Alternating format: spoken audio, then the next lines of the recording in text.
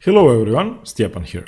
I'll continue the series on Wesley So with one of his first international showings, major showings in a big international event, and that was the World Cup of 2009. And of course, the World Cup is one of the strongest events in the year and one of the most unforgiving events because it's a cup system in which in each round you can get eliminated, and of course with every round the field gets reduced by half, and of course half of the players get eliminated. And this game was played in round 3 of the World Cup, which means that Wesley So had already eliminated 2 players. And in round 1 he was playing against Gadir Guseinov, who is a very strong, of course, grandmaster. And in round 2 he actually defeated Vassily Ivanchuk, who is a chess legend, much stronger than Wesley So at 16, and which was that in itself. The first 2 rounds were a remarkable score, and in round 3 Wesley So faced Gata Kamsky, who was perhaps the strongest American player at the time, and definitely one of the strongest. And in the game, Gata Kamsky opened with the king's pawn to e4, and Wesley So played e6, the French defense.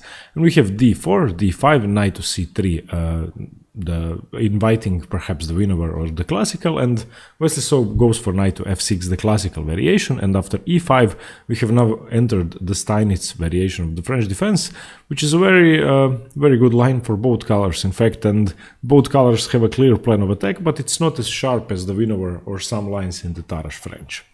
Now knight f to d7, of course, and Wesley is preparing the c5 break. The knight on d7 isn't at all misplaced, and the knight from b8 is only going to come to c6 after c5 had been played already. So black has a very clear plan of attack, and white on the other hand has a clear plan also, and that's to play f4, f5, open up the kingside and start the kingside attack.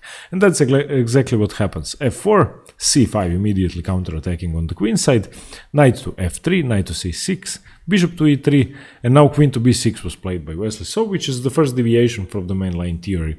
In this position, the main move is a6, after which queen to d2 and b5 will most commonly be played. And the second most played idea is c takes d4, and after knight takes, bishop to c5, double attacking the knight. And now queen to d2 would be played, and white will even sometimes castle queenside. However, after bishop to e3, Wesley So didn't play the 2 most commonly played moves. He played queen to b6. Now, the most common way for white to continue is to actually get into a very sharp theoretical line, which is well known on high level, of course, but that's perhaps the best way to go. And that's knight to a4. And after queen to a5, white has to play c3. And now c takes d4, and b4 would be the reaction by white. This would be the most common and the most active move. And now after b4, black is sacrificing a piece for a lot of activity and a couple of pawns. So knight takes b4, c b4, bishop to d2, bishop takes d2, knight takes d2. And in this position, black is, despite being a piece down, supposed to have a slight edge.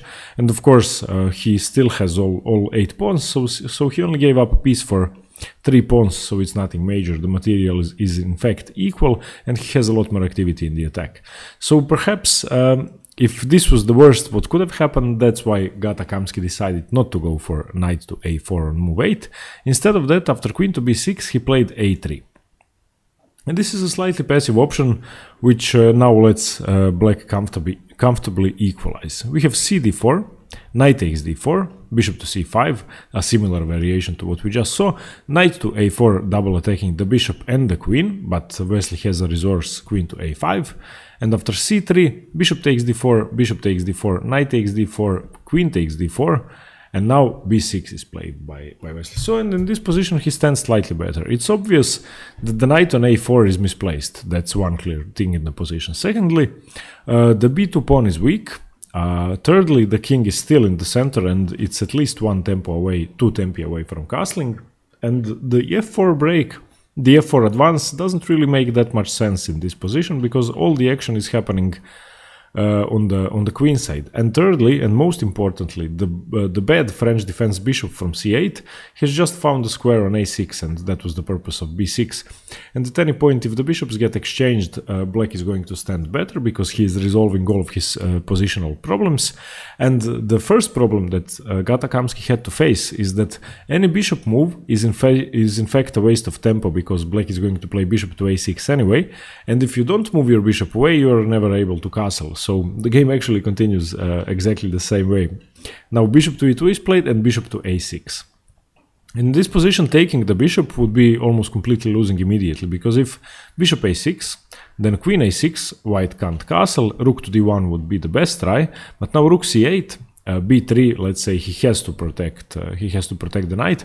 Otherwise, the best move would be queen f2 and then queen to e2, trying to exchange queens to castle, but b3 has to be played first. And now b5, knight to b2, queen takes a3. This would be the best option for white, just giving up one pawn. And now, of course, the second one is easily dropping, and the position is much better for black.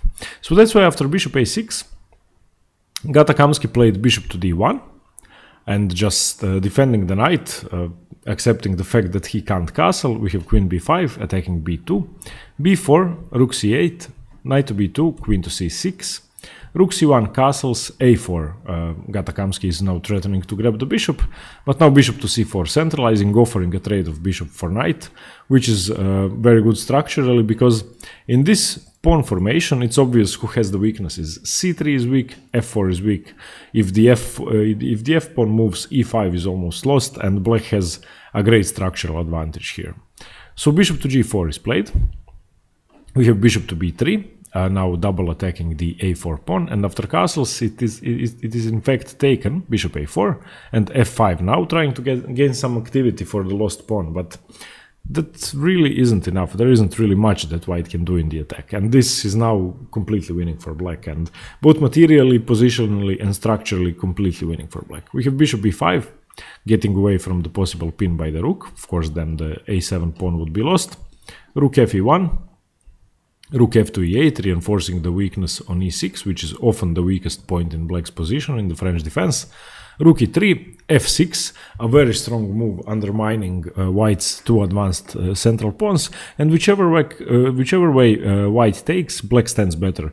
If e takes f, then knight takes f. White has, let's say, used up his trumps in the position, and there's nothing else he can do. And if, as in the game, f takes c6, simply knight takes c5 is played, and now the e6 pawn is inevitably dropping, and there's nothing.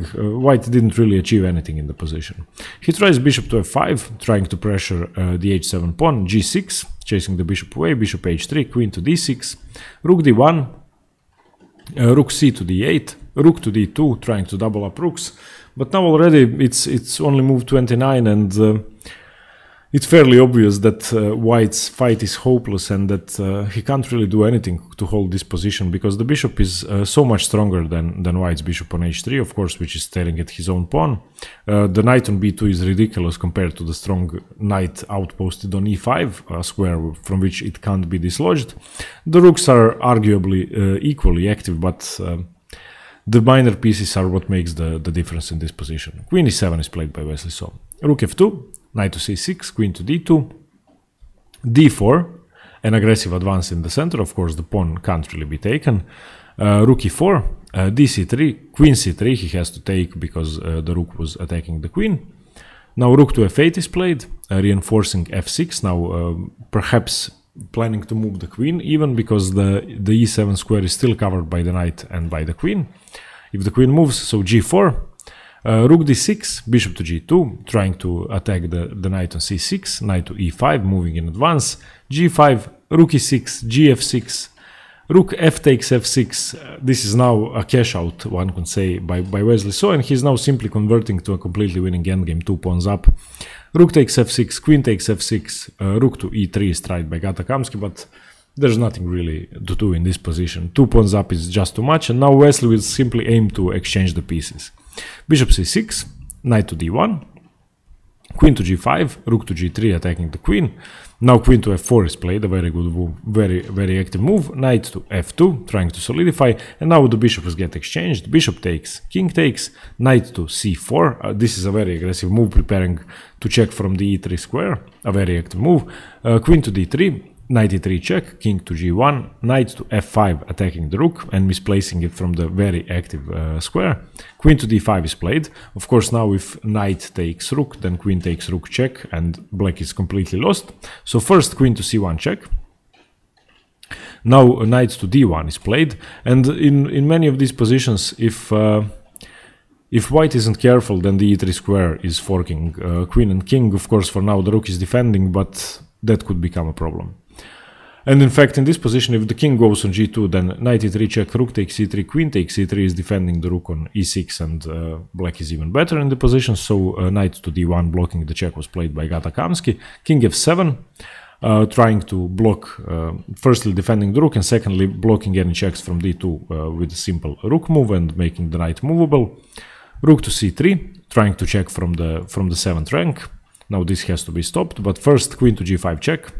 King f2, now a bit of running from Gata Kamskyk's king until Wesley So gets the optimal positioning of all of his pieces. Now in this position, after king to g2, he simply played king to g7 and Gata Kamsky resigned. Now the point of king to g7 is that if any checks come from the c7 square, then simply king to h6. And there are no more checks for Gata Kamsky, and checkmate is coming in a few moves. And to have your opponent resign after king to g2, king to g7 must be a good feeling, and a move which doesn't really threaten anything, but it's so strong that your opponent realizes his resistance is futile and that any move he could make is completely useless. That must be a remarkable feeling. Anyway, a great victory by Wesley So. This is how he won his round 3 at the 2009 World Cup. In round 4, which was supposed to be his final round before continuing to the finals, he unfortunately lost to Vladimir Malakov, a very strong Russian grandmaster. When that meant that Malakov continued to the finals, and in the finals 8 players played the cup system once again.